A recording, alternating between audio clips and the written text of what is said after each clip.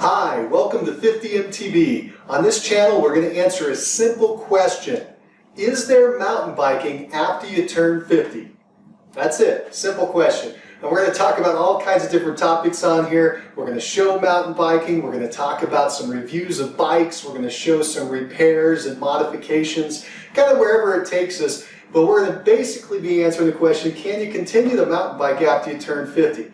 Well, my name's Mike and I turned 50 this year, and that's why I decided to start this channel. So if you're maybe 20, 30, 40 years old, you're wondering, hey, would I be able to mountain bike after I hit 50? We're going to answer that question. If you're about to turn 50, you're wondering, can I continue to do this? We're going to answer that question.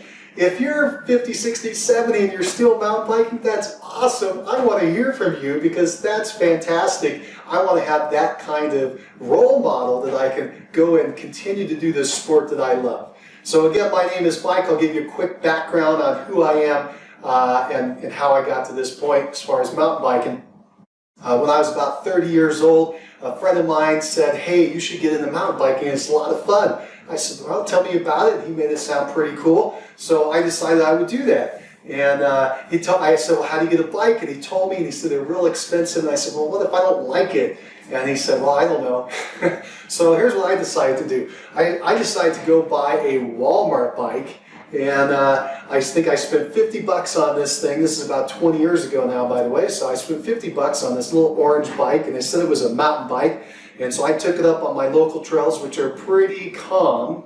Okay, I was just taking it on these little green baby trails, but it had rocks and baby heads and things. And within about 3 to 4 months, that bike was totaled. The rims were all out of, the wheels were out of whack, the rims were bent, the frame was even starting to twist a little bit.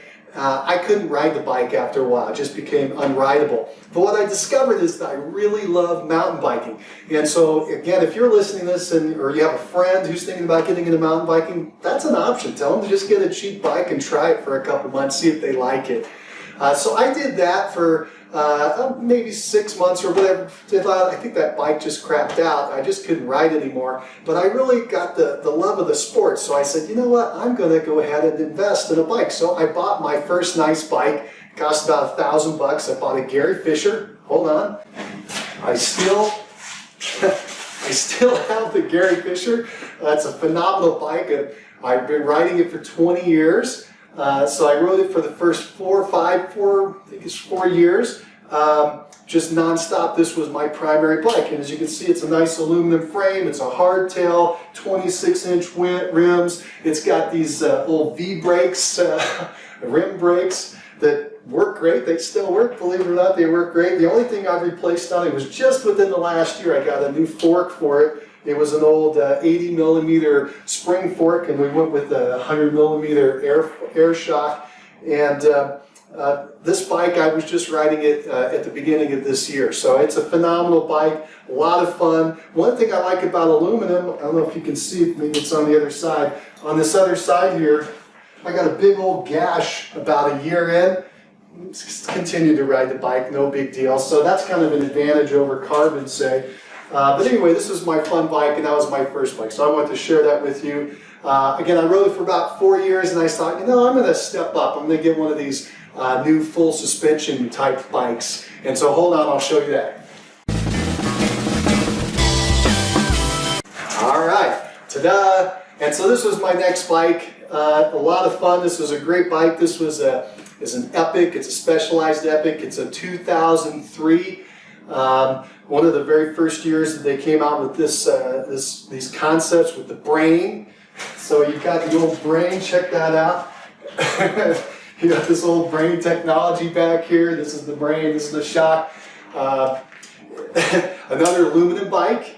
I think this thing cost me maybe $2,500 at the time. It was a real big step up for me.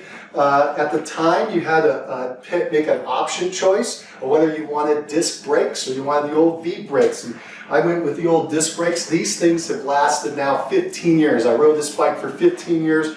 Phenomenal, great time on this bike. I've taken it everywhere. Just a blast on this thing. And so it has the old, which I guess now is old. By the way, you can see it's the 26-inch wheels. It has 9 in the back and 3 in the front. Just a phenomenal bike. It's Shimano brakes, these Deores. They're still working great. I'm telling you, just love this bike. The only reason that I decided I needed a new bike, which I'll show you in a minute, was because the brain went out after 15 years. It actually lasted a long time. I heard a lot of other people's went out sooner than that. But after 15 years, the brain went out, so now you might not be able to see it, but it kind of pogo sticks a lot. And I decided, you know, I can still ride it, and by the way, it's my backup bike, and I still do, and I have friends ride it when we need to, but it is kind of losing its fun because of that pogoing in the back. So I decided I was going to step up and get another bike, which just happened this summer, about 5 months ago. Okay? All right, so this is my new beauty. This is a Specialized chisel. It's a hardtail. I've just been having a blast on this bike, and the reason that I bought it was, man, it is so light. It is so light. I think without pedals, when I first purchased it, before I started changing anything, I think it was around 23.5 pounds. So it's a real fun, exciting bike. Like my old Epic, great bike, but I think it's around 32, 33 pounds. Even though it was a cross country. You'll notice I do a lot of cross country, although I'll tell you in a minute all the kind of trails I ride on these things. But again, hardtail, super light. It's kind of a race bike, and I wanted to be able to get up the mountain really fast to continue to try to beat my son, my eldest son, who is now 28 years old. It's quite a bit of effort to beat him. But I got the big wheels, the 29-inch wheels, which at first I was nervous about. Now I love. Fantastic wheels. Getting used to them. Did the 1x system, so we have 11 on the back, 1 on the front. Upgraded that. I had an 1142, went to an 1146 Sun Race. Really enjoyed that. So I started tinkering on the bike as well. But that's my latest bike. It's got SRAM brakes, which have been working well for me. I think they're the Level T or Level TL.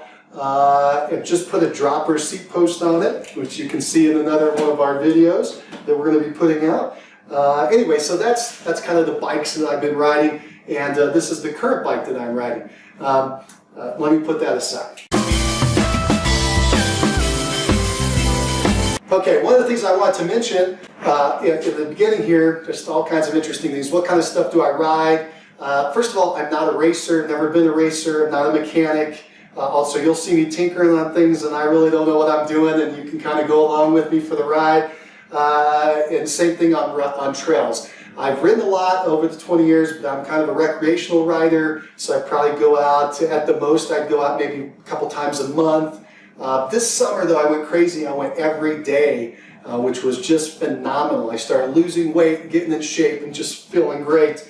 And so the trails that I ride are mainly blues. If you were to scale it like skiing, where you got black, blue, and green, I mainly go out on the blue runs, so you'll be seeing a lot of that. Although I do green runs, and definitely do a lot of black runs, a lot of real challenge runs. I like to go on those and have a little fun, and I'm not ashamed to do some walking, which certainly happens, or some sessioning to try to learn something and learn to develop some skills, and certainly do a lot of crashing.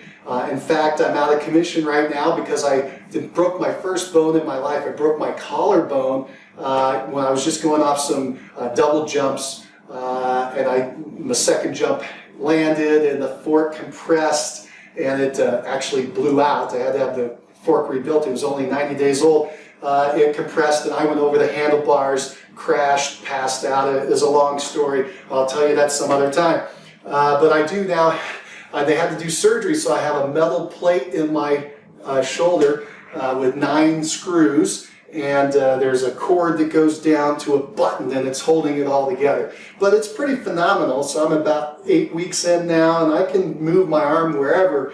I'm still doing some physical therapy, but it's all coming along. The medical industry is amazing, although incredibly expensive. The whole bill was $66,000, which is way too much. But I am grateful that they put the whole thing back together.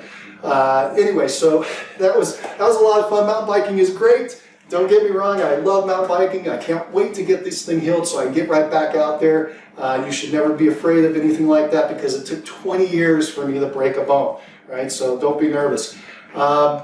What else I want to tell you? I want to tell you a couple other quick things, again, because I don't know who's listening. If you're a newer rider or you're worried about your bike, I just showed you I've got a hardtail, I've got a cross-country Softail, and then I have another hardtail.